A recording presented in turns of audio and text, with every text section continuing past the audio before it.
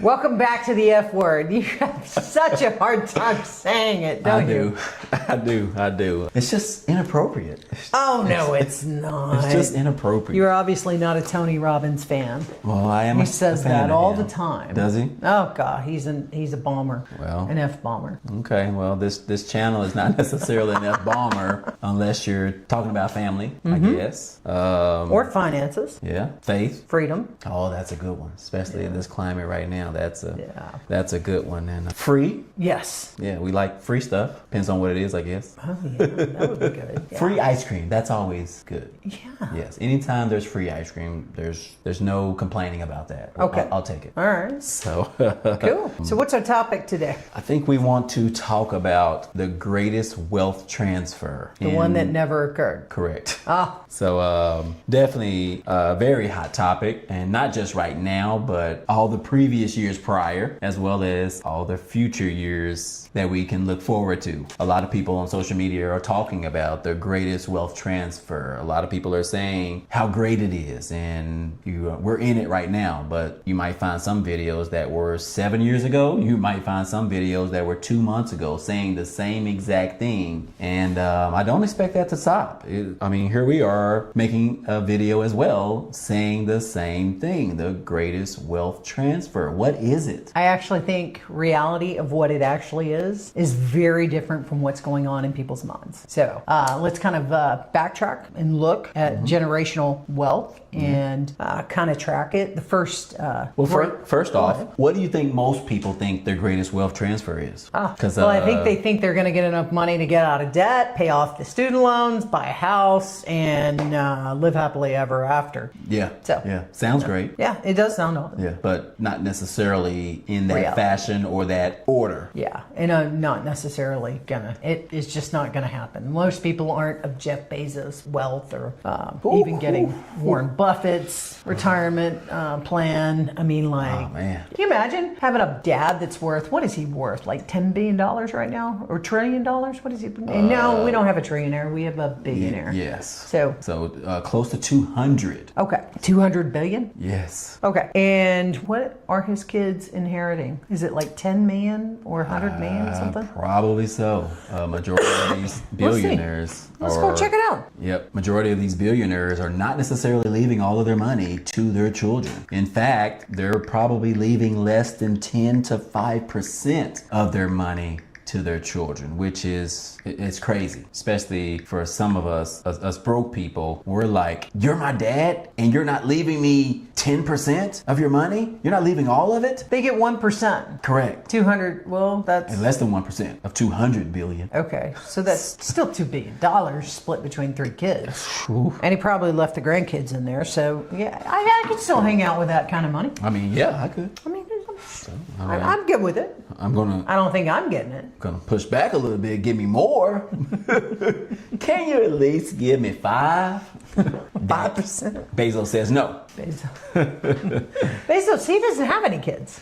He does have kids with his wife. He does? Mm-hmm. With Mackenzie or the new girl? Mackenzie. Okay. Yeah. I did not realize they had kids. I want to say 2. Okay. Maybe 3. I don't know, but he does have kids. And Microsoft. He has 3 kids, right? Yes, he does. The older. But they raise their kids on a middle class lifestyle. Yeah. I heard Melinda Gates actually speak of that. Mm-hmm. She was very in tune to making sure that they knew what everything cost. As a matter of fact, I heard that she made sure that they didn't get inundated with overwhelming wealth. Yeah. And, ponies at 6 years of age and whatnot. But that seems kind of hard. Does it? Because you don't go grocery shopping because somebody else has to do it for you. Mm-hmm. You just can't go out like that unless you're with all your, it's like the paparazzi. Oh, yeah. You would have your security detail. Correct. So you can't. You know what I mean? You can't just go out to eat. Mommy, I want Chilean sea bass for dinner. Yes. So I guess they're not going to Costco. No, they have to come here. We have to pay Chili's to come to our house. Okay. And, so fair enough. that seems like it sounds great, but how can you have that? Because you have to worry about your protection. You know? Well, she made them budget for their clothes and whatnot. So she put them on a budget and said, you know, hey, here's how much you get. And she said it wasn't an enormous amount, and they had to budget in what they were going to get for their clothes. Yeah, but where do you shop? Because the store has to come to you. I think they probably let them go shopping a little bit. Can you go to Target? 200. No, I don't think they're going to Walmart or Target for sure. Yes. So I've seen some celebrities, they shut down the store. So is that what happens? Well, for Shaquille O'Neal, yes, that's what happens for Shaquille O'Neal.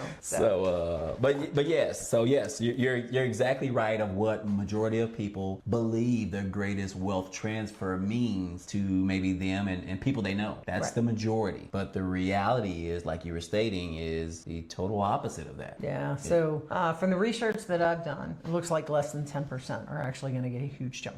So, but backtracking on what the greatest wealth transfer actually originally was the greatest generation. And these are people who are currently in their 90s, and their original heirs are the baby boomer generation. Now, figures, because many of them are still alive, figures varied between $7 trillion and $80 trillion is what the baby boomer generation stood to inherit. And nobody really knows because of annuities, trust, and secrecy. Honestly, no one really knew what they were truly inheriting. So at minimum, it was $7 trillion, but I think that was a figure that has long been surpassed. And then now $80 trillion. But the next transfer of wealth is going to be the boomers to Gen Zers and millennials, which I think is the bigger part of our topic at this point. Those projections are anywhere between 80 trillion to 120 trillion. Correct. Which is not much more in some cases than what they were anticipating on getting from their greatest generation parents. Kind of interesting. It kind of splits a lot of topics, and a lot of people are talking about how much baby boomers have taken advantage of over the years. And I think you were saying earlier where, the boomers they're still living out there. And as we've seen so much wealth being created over the last 5 years, those numbers are definitely going to be skewed, and no one knows, especially obviously majority of them are putting them in trust funds, so you can't necessarily track them, and you can get generic information, from those trust holders or whatnot. So we really don't know how much. It's probably more than what the projection is, so it's crazy to think about this much money is expected to transfer. We still have a hard time wrapping our heads around how much is $1 trillion. Some of us thinking about how much $1 billion is. Or even $1 million. Correct. So it is just, it's insane. And to, think that you have that coming to you, a lot of people, they're excited about it, but then the reality is it's just probably not going to happen. And what we've been seeing is, according to statistics, is that a lot of people that have wealth, they're stating that they're moving away from the idea of leaving it to their heirs or children, grandchildren, and so forth, and having an opportunity while living to give it to someone so they can actually see it being used in the right fashion, or whatever they believe in, right? When you donate to charities, typically it's something that you believe in and you care about. And so a lot of them are moving towards that direction in order to put their wealth. So it's interesting. Previously, they were looking in previous surveys, I think prior to 2020, they were anticipating that 11 to 12% were going to be donated towards charities in anticipated estate planning. And now that figure is up to 18%. And so that the drastic change. Now, I think that's neat. I think it's wonderful. But where did that shift occur? Yep. And I question whether or not that shift occurred because boomers like for their money to speak for them. And it's interesting. Not that I want to get into some kind of weird discussion about trashing boomers. My stepmother is a boomer. My dad was a boomer. He passed in 2020. My biological mother was also a boomer, and she passed in 2022. That being said, they are a generation that has both good and bad coming along with it. And there's a lot of baggage with it. Yeah. They're known as a very selfish generation. And weirdly enough, they think intrinsically. And if you've ever read the book Generations, have you ever heard of it? I haven't heard of that one. Okay, so it's this ridiculously thick book that I actually read. Okay, it's like 800 pages long, and it tracks generations all the way back to pre-Pilgrim days. Okay, like original classes here in America. Here's how they treated, and here's how they raised their kids, and here's the philosophy. And then they tracked generation after generation after generation, typically between 17 to 24 years for each generation. And they tracked it all the way through the Civil War, all the way into the 1950s, 1980s, and it actually stopped in, I want to say, it stopped in the 90s because the book was actually printed in the 2000s. But here's the crazy part. They were able to track patterns through these generations. And so the baby boomer generation was this generation that was fostered and told to really believe in what they felt. So interestingly enough, they perceive everything intrinsically. They don't look at things as a whole unit or holistically. They don't try to bring out unity. If you even look at their generation, it's actually split between a very conservative dichotomy and a very liberal dichotomy. And they've been going at it ever since they were children. And so this book actually describes them as a very disruptive generation, to where they all passionately believe in how they believe, but they don't actually intermingle a whole lot. And so things like finances, they believe the finances are theirs to inherit. So weirdly enough, they got involved in politics young. Even our president today is a boomer. As a matter of fact, the last election that we had, and I hope to God it's the last election, it was with two boomers. Okay? Yeah. And I believe this will be the last election with two boomers facing off with each other. But what's weird is every generation, like since, after George Bush Sr., he was the last greatest generation. Every president since then has all been boomers. And they've been leading politics for 45 years. Yeah. And the criticisms that they're getting are that they've tinkered with money and finances, they've run up great debts, dwindled taxes since 1980. The tax levels have trickled down, so they've paid less taxes for 40 years. They've they were the last group that got the benefits of pensions and 401ks. And since the invention of 401ks, pensions have pretty much gone to the wayside for the bulk of Americans. Yep. Then on top of that, there's the criticisms of what they've done to the environment and their lack of earnestness on the environment. And now into the 2020s and beyond, when they are in retirement, a lot of their spending has really, really pushed forward our economy.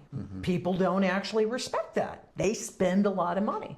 Yep. But they're also tight with the wallet of what they want to spend on. Uniquely enough, they're not interested in transferring their wealth anytime soon. and it's been very expressed. As a matter of fact, less than 22% focus their time, money, and energy on their estate plan to their heirs. Even more so, 55% of them, somewhere 55%, don't even have a will. Yeah, that's crazy. And yet they own 40% of homes around America. They have the largest deposits when it comes to 401ks and pensions, but they're not interested in handing off the wealth. They want to have a good time. So much so that there's been this whole social movement, and it was actually put in print in 2020 of Die with Zero. Now, I think most people wanted to think philosophically, oh, Warren Buffett, he's going to donate everything to charity, and so is Bill Gates, and all these people are going to donate their money. That's great. My mom leaving me $50 and a dog.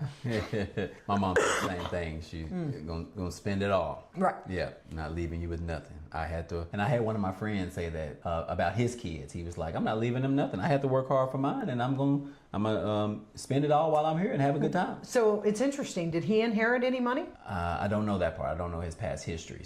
But he's my age, so 45, 48 or whatever. But he made that statement. But his type of personality, that's fitting for him because he's more focused on self versus focused on others or children and family. Right. So and it could be somehow related to that as well, just because of his personality versus my personality, which is all about family. Right. His is all about him having fun while he's here. And I get that. Now, in defense of boomers, though, they've experienced where when they first started out, houses only cost $17,000. And now the average home is like $400. Okay. So of course they feel like they've earned that.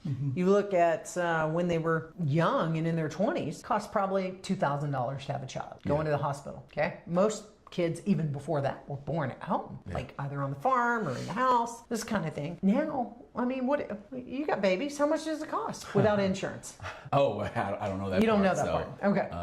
Well, you know what? I do, because I didn't pay that much. So I would say between 8 and 10, or maybe gone up now, but 8 to 12 maybe. Having babies are expensive, just popping out. Because it's mostly not really the baby. It's just for your room and that bed. They charge you so much for that because they know you can't do it without those two things. You know. So it's expensive, and for definitely not to have insurance, I would only assume people are getting a midwife and trying to have it at home for a much lower price, unless you have some type of complications where you need to be in a hospital. But yeah, so their medical costs have gone up. Correct. And the fact that they're living longer, like it used to be, average life expectancy was 55. Correct. Now it's increased to I think 88? I just saw 89 or 88. Yep. 88. You're right. So they have to come up with 33 years worth more to live off of.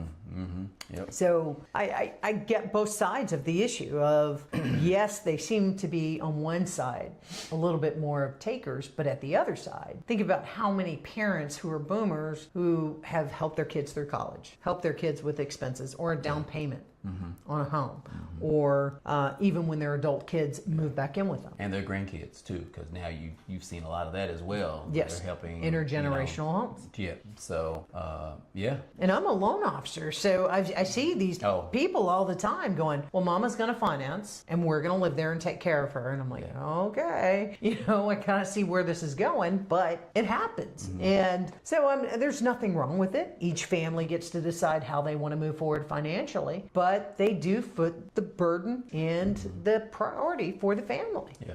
Do you ever see that in the Black community?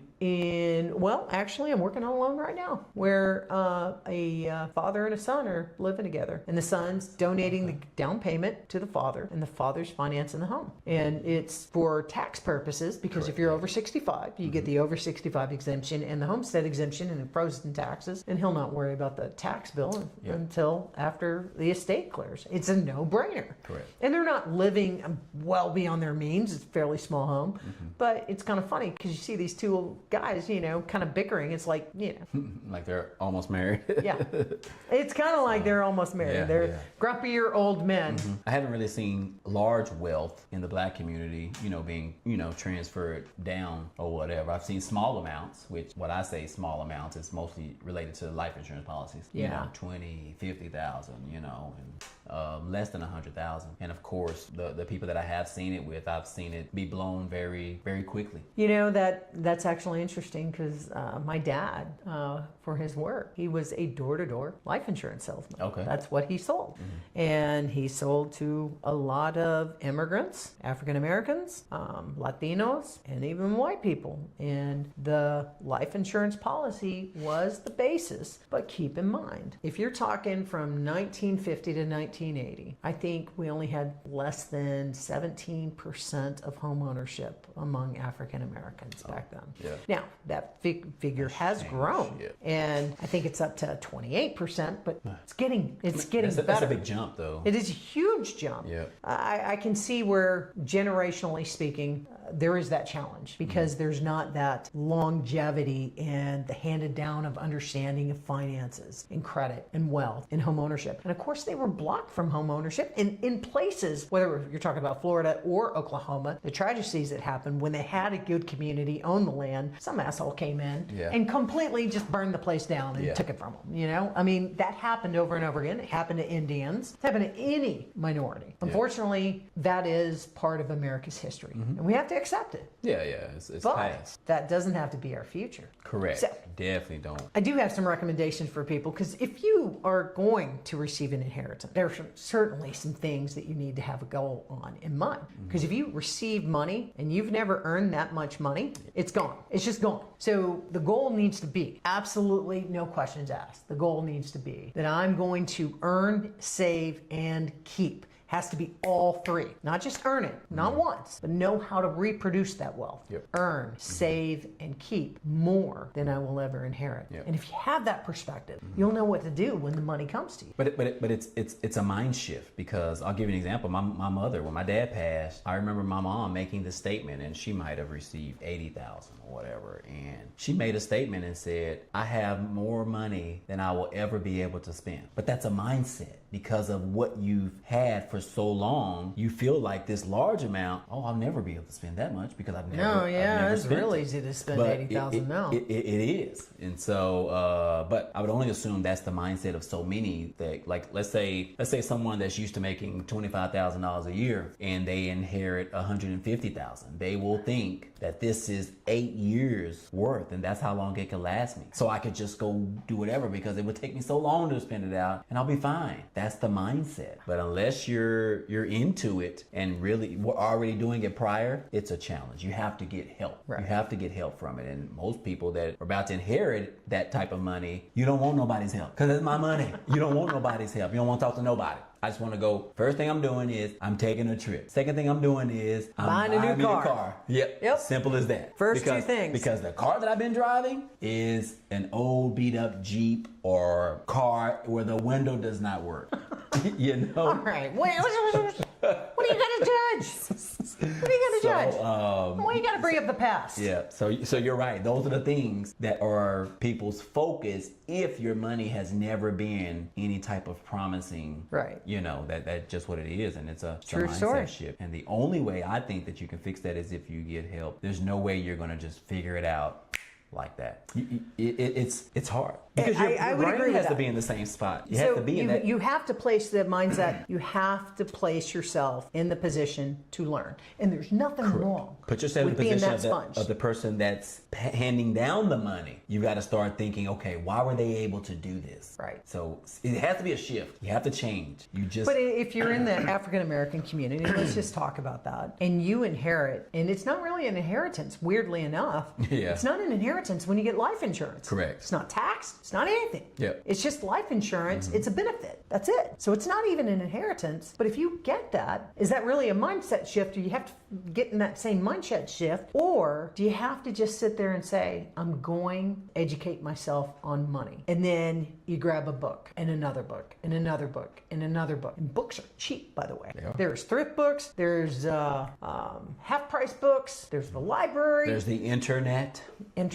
Amazon, all kinds of things. Although I would ward against the finding your financial advice from the internet. Come on now. Yeah. There's so many scams and scam artists. I mean, like how many times you heard, man, I got the algorithm.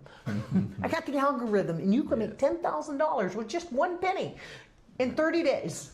Yeah, I'm tired of that. So, but yeah, I mean, when I received the life insurance from my parents, you know, passing away, I was in a different mindset. So the first thing I did when I received that money was absolutely nothing. Really? Period. Nothing. But it was more, had you already saved? Yeah, I more? already had my own money, Okay. and I was already knowing how finances work. And so my main objective was to do nothing. Didn't change any type of lifestyle. Just going straight to the bank, and that was it. Of course, at that time I wasn't like investing and all that kind of stuff. But yeah, it was to do nothing with it because I felt like it was an opportunity to get an advancement in life. So therefore, I was just, if me and let's say a friend was neck and neck or whatever, that life insurance policy just gave me a huge bump ahead of him. And that's how I've always looked at like my bonuses from work and things of that sort. I use them as an opportunity to get further ahead versus an opportunity to replace my car that was 20 years old. Right. You know, so I was like, yeah, I could replace the car, but it's no car note and it still runs.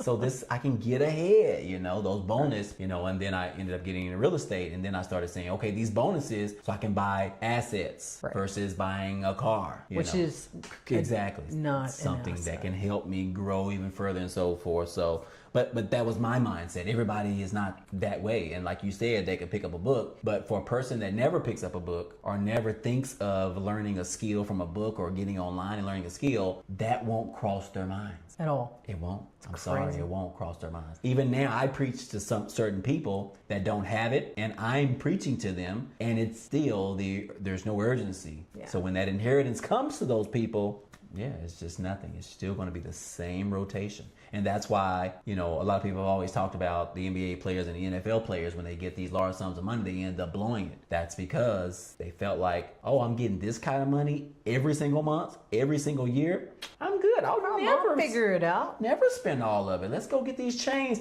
And I need chains for all of my friends here that's been with me through the whole process. And my mama. Yeah. Gotta buy my mama a new house. Yeah. And a car. So, a car that she does not need. Let me buy my mom a Rolls Royce. There's no way you want to put your mom at risk. She'll be fine with a brand new Honda. It's still going to get her from point A to point B. So let me tell you about a actual story that I got involved with personally. It was a family member that had passed away. And there were 3 heirs. And in this individual story, it was my biological mother that had passed. And she wasn't the most financially stable person. Okay. She owned a home, but she was behind on her payments. She had promised the house to 3 different people. Never told anyone but me that she was behind on the payments. And I'm like, well, you need to go figure that out. I had gifted her the money for the down payment on the house. Interestingly enough, I wasn't one that she promised the house to, though. And then on top of it, she didn't take care of the house, so it had some deferred maintenance on it. And get to rolling with the family and talking with them and relaying this stuff over, none of them had ever been involved in the closing of an estate. I'm like, well, what happened with Grandma and Grandpa? Turns out a lot of people just bury their head in the sand and hope that everything's going to work out okay. So I started asking questions. It turns out Grandma and Grandpa's home went back to the bank because it was a reverse mortgage. Oh. And nobody paid it off. And I'm like, well, what happened to their debts? And they're like, well, don't they just go away? Yeah. And I was like, oh, dear God, this is what I'm dealing with. So here it is. I'm educating them. Yeah. And people are telling me, we just thought everything went away when the person died. Yeah. And I'm like, not if you have stuff that you have to sell. And they're like, well, what do we have to sell? And I'm like, well, nothing in this house is worth anything. Just the house. Yeah. And so we get involved in it and we looked and the debts seemed more than what everything was worth. And I was like, oh boy, here we go. And so I'm explaining this to my family and they're stunned. And they're literally like, that's not the way that happens. I'm sure that's not, but nobody had ever even Googled. No. Like, do you have to pay your debts? Or do the heirs have to pay your debts? And so we go into this and we have all this long list of debts. And I'm like, but here's the good news. You can contact them and negotiate. So I went through this list and it was like 36 liabilities that I had to go through. And I called them and they were like, well, we need a copy of the will. There was no will, not one will. And so here it is. We were dealing with a house that was behind, no estate planning, multiple debts, and question marks all over the place. And it's just a mess. And so we kind of have a meeting of the minds. And at first, the first thing people imagine is exactly what we talked about in the beginning of the podcast, which was, oh, this is going to be great. And we're going to have this house and we're going to leave all this money to, and I'm like, all this money? Oh, you guys don't know. Let me help you out. And then it became, well, Robin's just full of bad news. Okay. All right. Let me step back and let y'all figure it out. And then they're like, this seems to be a problem. And I'm like, yeah, it is. I mean, there's all kinds of things like affidavits of heirship, and you have to go through and figure out what the equity is and then see if you can't sell the house to actually pay off the debts. I had an uncle that really got upset with me on. Yeah. Because people really envision that they're like, well, she was going to leave the house to me. That's what she said. I'm like, all right, where's the will? Well, she said it was in that computer. Yeah, well, the only thing we were able to find was a blank sheet that said will. Yeah. Right? Yeah. Nothing else. So this is a very personal matter, not only to me, but so many other people who are going to go through this. And it was very traumatic for some of my family members. It did turn out to be a little bit positive. My uncle was able to get a little bit of money and he was able to buy his own home. Oh. That's great. My brothers were each able to get a really small amount. I was able to get some of my money back from the gift that I had. And through calling the lenders that she owed money to, I was like, look, we're probably upside down. Let me just tell you. And here's how much her credit bureau says she owes. And I'm just going down the list. So whoever negotiates first gets the check first. That's it. We put the house up for sale. We emptied out the house, got everything cleared up. And there wasn't much left.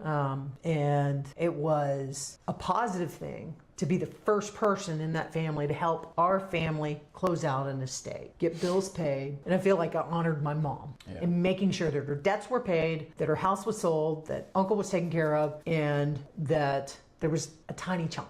I mean, we're talking not even 10 grand kind of thing, but tiny chunk left.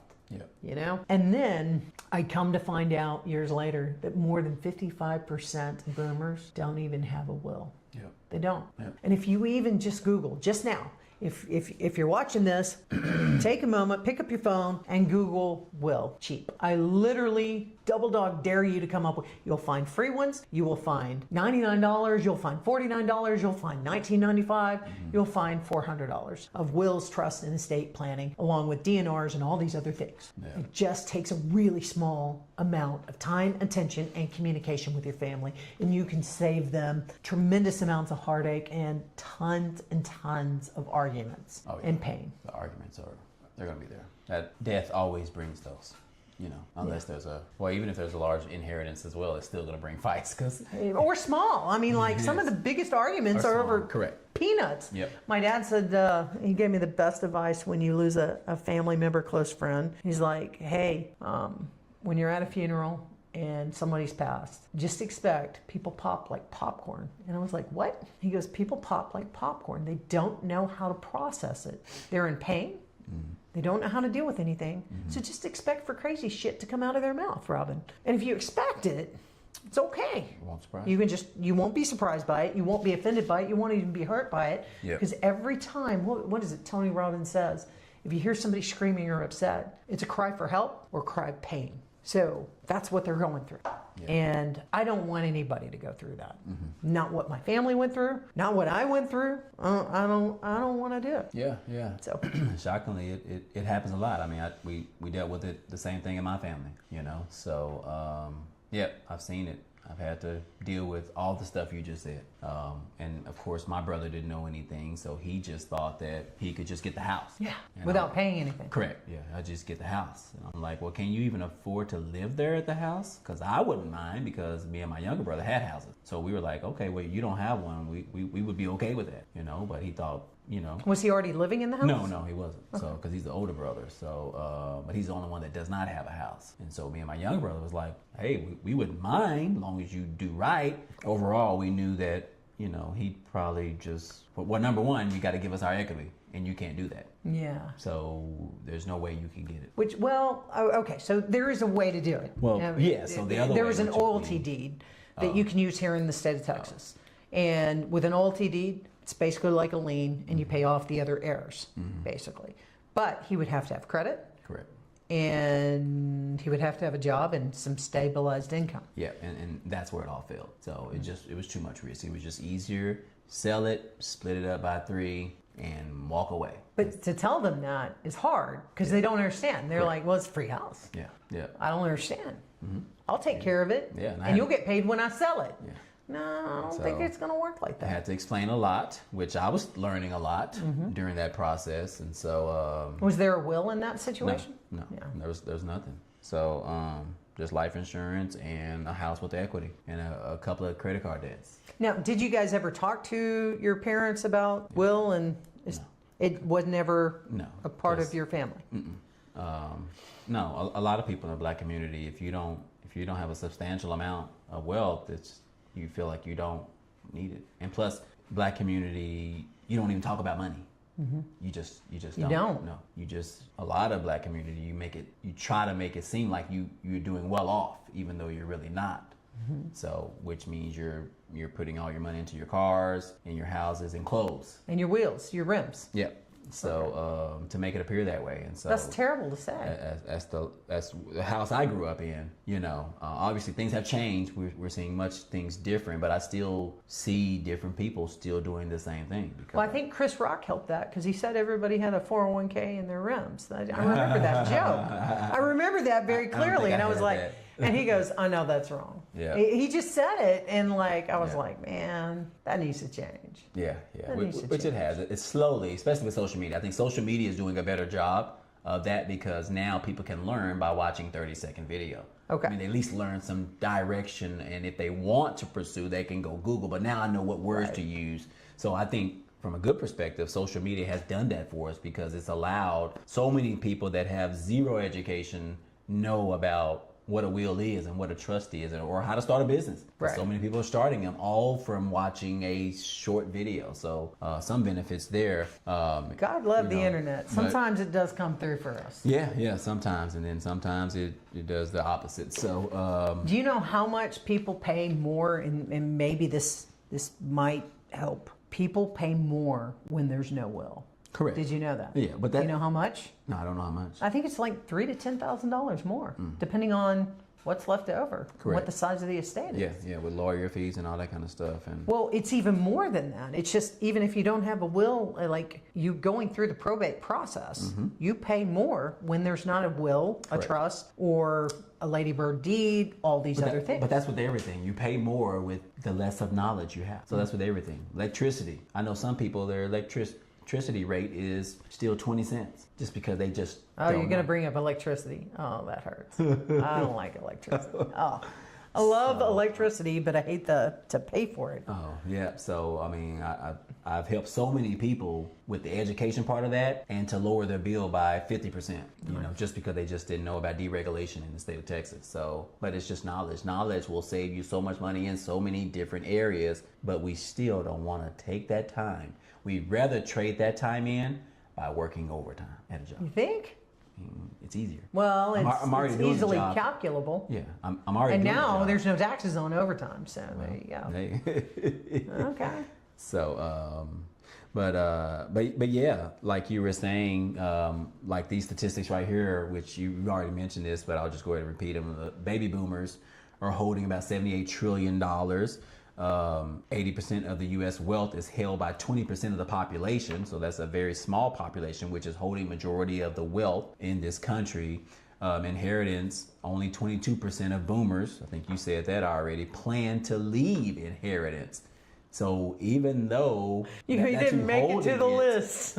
that's who's holding it, but they're only 22% of them are planning on leaving the inheritance. So if you're on a baseball team, look around. There's 2 or 3 of you that are going to get it, and the rest of you are screwed. Yeah, you know, it says right here the top 1.5% of households will account for 42% of the $84 trillion transfer, leaving most Americans with minimal or no inheritance at all. So yes, you might see these videos that are talking about how great it is, and there could be an opportunity that a lot of people out there are going to receive this, but the reality is that's not necessarily true. A very small percentage of people are actually going to receive a very small percentage of the actual inheritance that potentially is available. Well, let's add a few more complications in there because it's going to Correct. get even worse. Yes. You got blended families. Yeah. So guys have a tendency to marry younger women, correct? Okay. The older they get, I mean,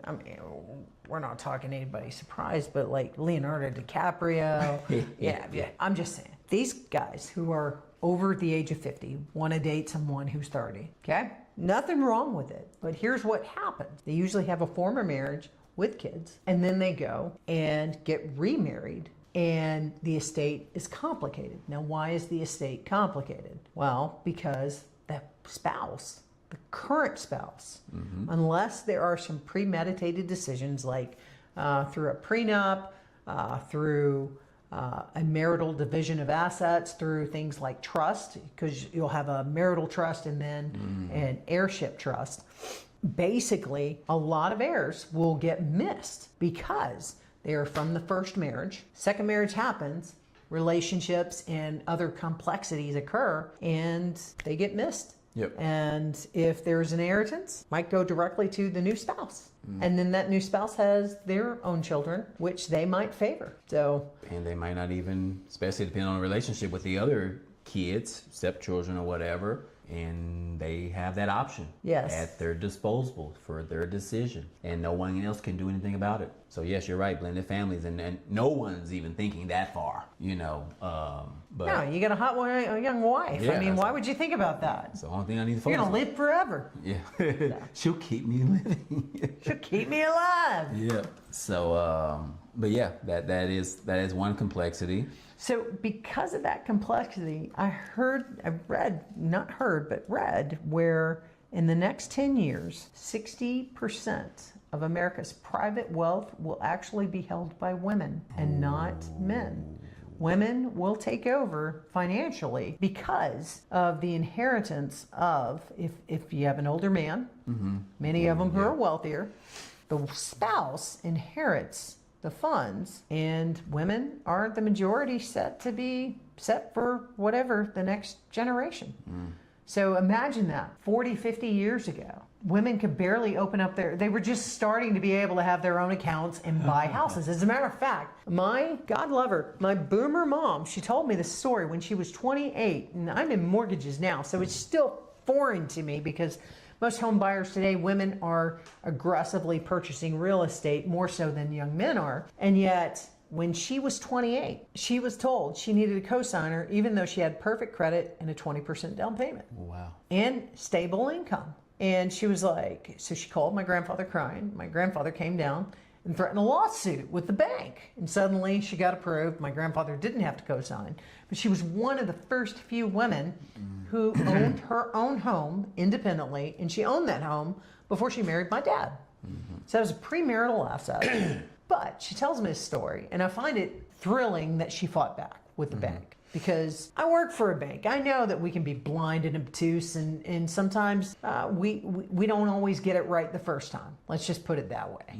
And yet I'm grateful that I work for a bank that tries to get it right and to make it right. Yeah. But to go with just 1 to 2 generations from not being able to own a home, and you can relate this to having 60% of all the private wealth in America, that's pretty impressive. Yeah. And if you look at where blacks have come from, as far as not owning homes, to now we're up to what, 28% now? 28%, yeah. We're making progress. We just need to really arm ourselves with some good foundations and really strengthen and button up the financial sector and just knock it out of the park. Yeah, that story reminds. It's funny, but Bill Belichick, the old coach for the Patriots, he's like 60 something, and he has a 24-year-old girl. Oh, 24-year-old girlfriend? Yeah, she's super young. Kidding. She's in her 20s. And he ain't pretty. Yeah. He is not a pretty man. Correct. I mean, But- I get it, he's got money, but really? And she controls Really? him. She directs him and stuff like that. And She probably ties his shoes because he's almost in a retirement home. Yeah, and he's having the time of his life. But it goes back to what you I'm just sure said. he is. He's just looking at her marrying boobies. down. She'll keep me. Wow. She'll keep me alive, and she's thinking, dude, this is You need my to- inheritance. This is my wealth. This is my 401k plan. It's polishing your This knob. is going to be her Oh my greatest God. wealth transfer. I just couldn't. I could never And, do it. I couldn't do it. But yeah, that's why I said when you were telling that story, it made me I'd think. grab my wife Think as about pretty. him because TMZ talks about them two all the time because it's just like this old fart looking guy and then this pretty girl, and he's having the time of his life. Oh, I'm sure he's and just grinning. And shockingly enough, it seems like she is enjoying him as well. Really? Yes, but Well, she I'm could sure be a great enjoys- actor. Yeah, she could. Was so, she an actress before? I don't know, but Oh my God. they could be going out to eat on his dime. But Oh, I'm sure he's paying for that. and all the publicity she's getting from it, so she can, just in case it doesn't work out, she's built up enough, spotlight. Follow my just podcast from on old hanging, men. So, but yeah, that was what was going through my head when you were talking about Oh my gosh. the marrying down and women being able to are going to have 60% of the wealth because of that factor. This is So like it made me Anna think Nicole of- Smith all over again. What? So, it didn't end well for her. I just want to point out. Yeah. It did not end well for her. Yeah, so it's definitely a hot topic, and I don't think it's going anywhere. It's been around when was this first introduced? I don't know if I have that in my notes or not, but when was it first introduced that this the greatest wealth transfer? When did that become a thing? Do you know? I got no idea. Probably 10, 15 years ago. Okay. So recent in terms of what we're referring to, because we still have the next 25 years. But 5 years ago, boomers started really talking about dying with zero because a book came out. That just changed, yes. It's the layout is changing. It's not necessarily, that's all people knew before was to leave it, to your heirs. And now it's like, I don't know if I want to leave them because the wealth has grown so much. Before, your wealth might have been in the millions, but now we have people looking at billions of dollars, and you might not necessarily want to leave that to your 20-year-old kid or your 20-year-old girlfriend, or Bill your girlfriend. Belichick hanging out. You rather, Bill Belichick might just donate all of it and just screw his girlfriend and give it all to a charity. Nah, and, she ain't going to all that effort for a charity. So, but yes. So yes. But talking to your heirs and talking to your family. So even if it's just at Christmas time, there's a great book if you're a boomer and you don't want to leave your kids anything, right? Just let them all open up. Die with zero. It's a great book. Just let them rip it open and Merry Christmas to all. Leave that out and then start the conversation. That would be so horrible, especially on Christmas. That would be so horrible. Little Susie wanted a teddy bear and she got a book. Yes.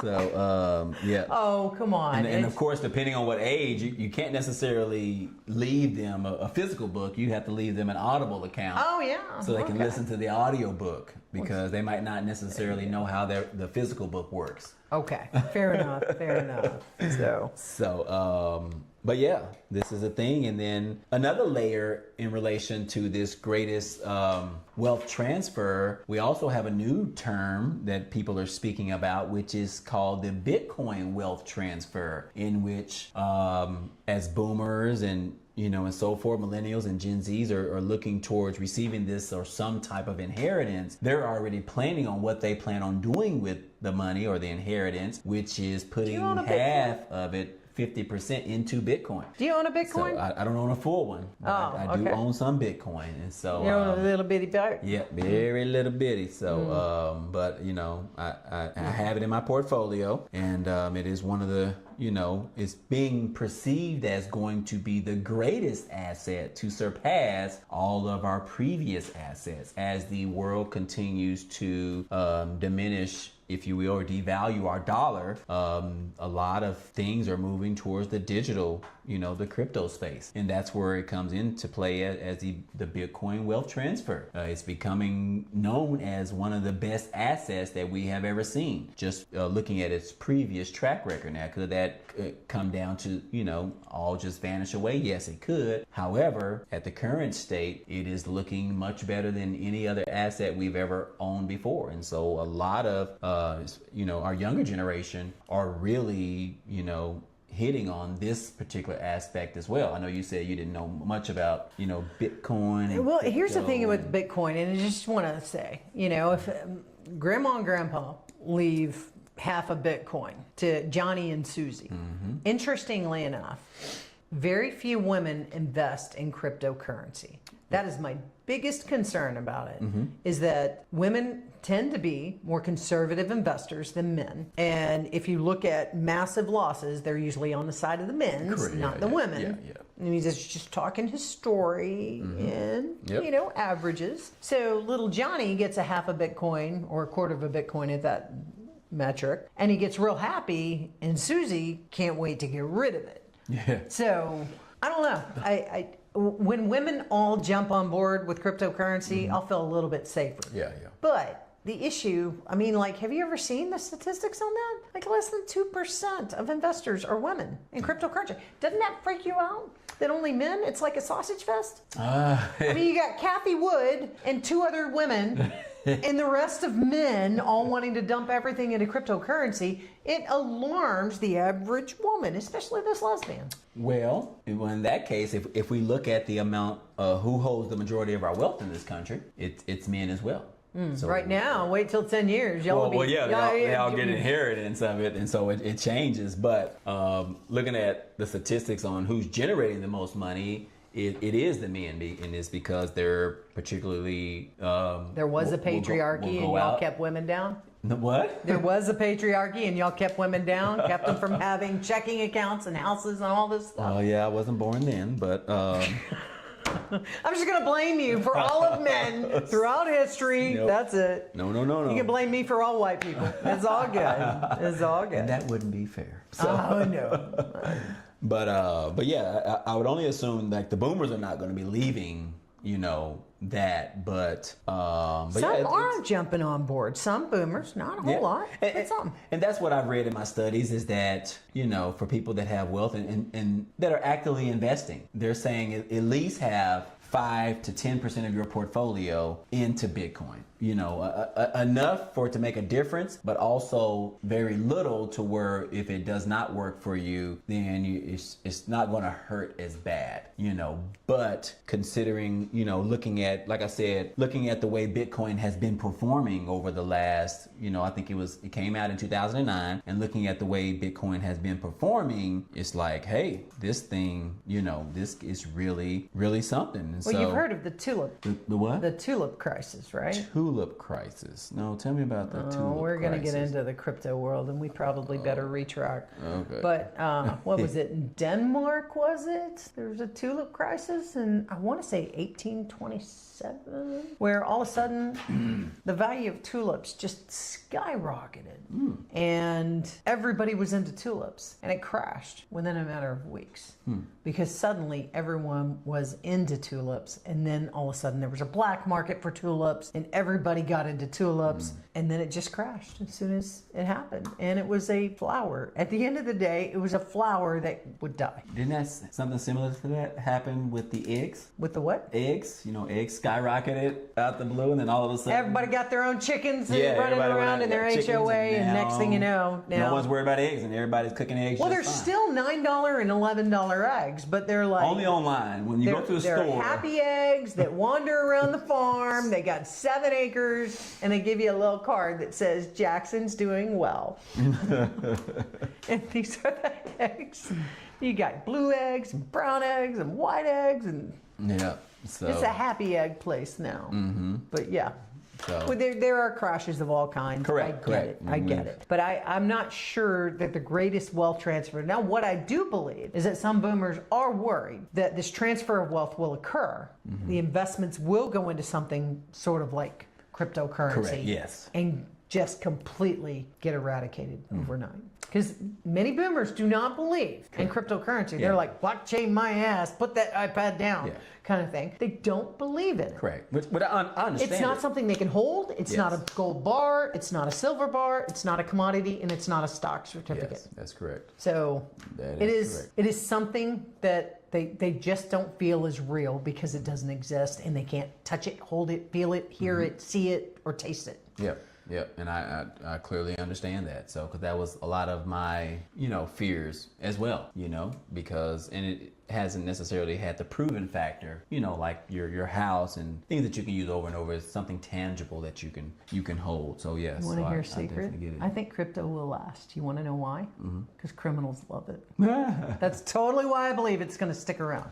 Now, I don't think it's going to retain as much value as, say, Kathy Woods believes that cryptocurrency, like Bitcoin particularly.